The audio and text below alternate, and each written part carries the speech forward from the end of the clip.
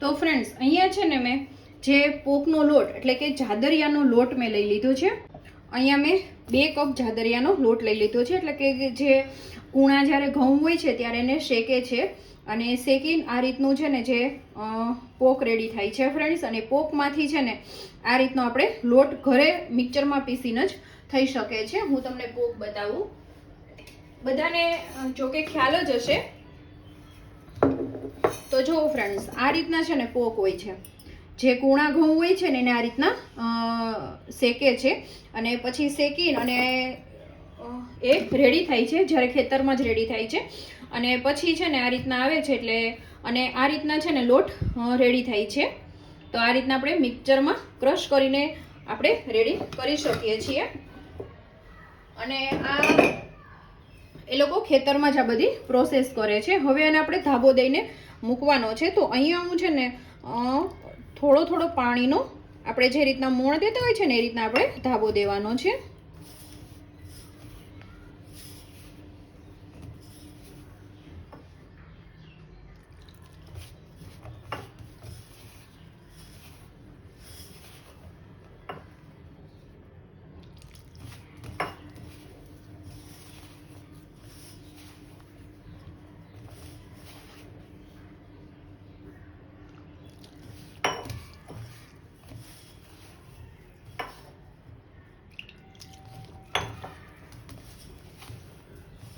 આપણે કેમ ઘીનું ને મોણ દઈને જ્યારે આપણે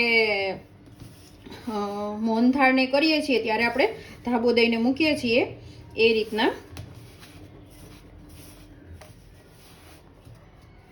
અને હવે એને છે ને ફ્રેન્ડ્સ આ રીતના છે ને પ્રેસ કરી દેવાનો. અને આને છે ને 2 થી 3 કલાક માટે તમારે રાખી દેવાનો. 2 થી 3 કલાક માટે આને રેસ્ટ આપી દેવાનો. તો ફ્રેન્ડ્સ આપણો જે જાદરિયાનો જે લોટ છે ને 4 કલાક થઈ ગઈ છે ફ્રેન્ડ્સ. તો હવે એક આપણે જેમાં બનાવવું છે એમાં આપણે ટ્રાન્સફર કરી લઈશું.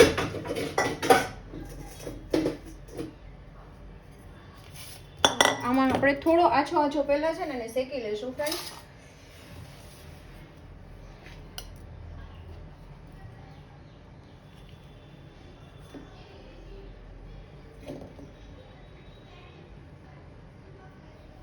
હવે એક કઢાઈ લઈ લઈશું. એમાં છે ને 3 મોટી ચમચી આપણે ઘી રાખીશું.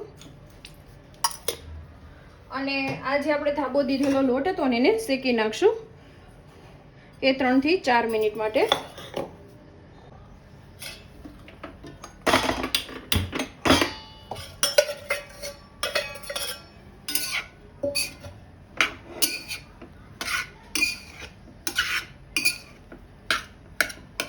અને આ રીતના છે ને હાથેથી પણ તમે એકદમ છૂટું કરી શકો છો. અને જો તમારે ચાળવું હોય ને તો ચાળી પણ શકો છો.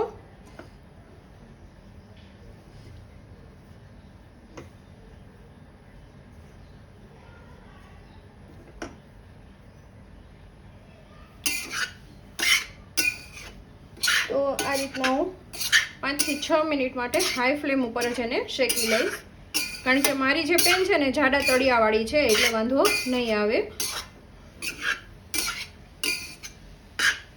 તો ફ્રેન્ડ્સ શેકાઈ ગયો છે. હવે ગેસ ઓફ કરી નીચે ઉતારી લઈશું.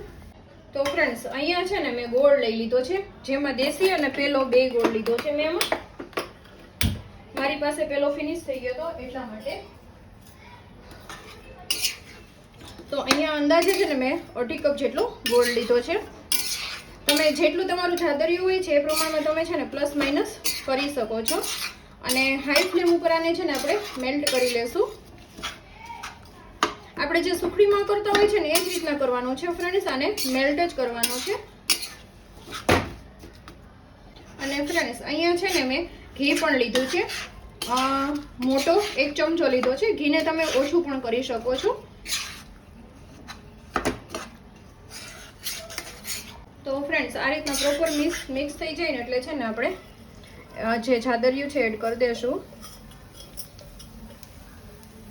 અને સરસ રીતે મિક્સ કરી લેશું.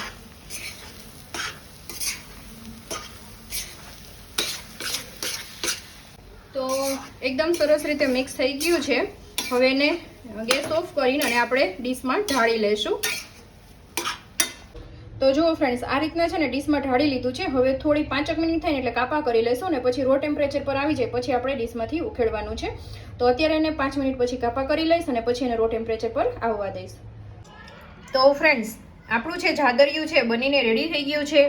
એકદમ ખાવામાં સોફ્ટ અને જે દાંત વગરના છે ને એ પણ ખાઈ શકશે. જે આ ટ્રેડિશનલ વાનગી છે આપણા દાદી અને નાની વખતની છે ફ્રેન્ડ્સ, અને બહુ જ ખાવામાં ટેસ્ટી લાગશે. તો આઈ હોપ કે આજનો વિડીયો તમને પસંદ આવ્યો હશે ફ્રેન્ડ્સ. વિડીયો થોડો પણ પસંદ આવ્યો હોય તો લાઇક, શેર અને સબસ્ક્રાઇબ કરવાનું બિલકુલ ભૂલતા નહીં. તો મળતા રહીશું નવા કુકિંગ સાથે. ત્યાં સુધી જય શ્રી કૃષ્ણ, બાય બાય.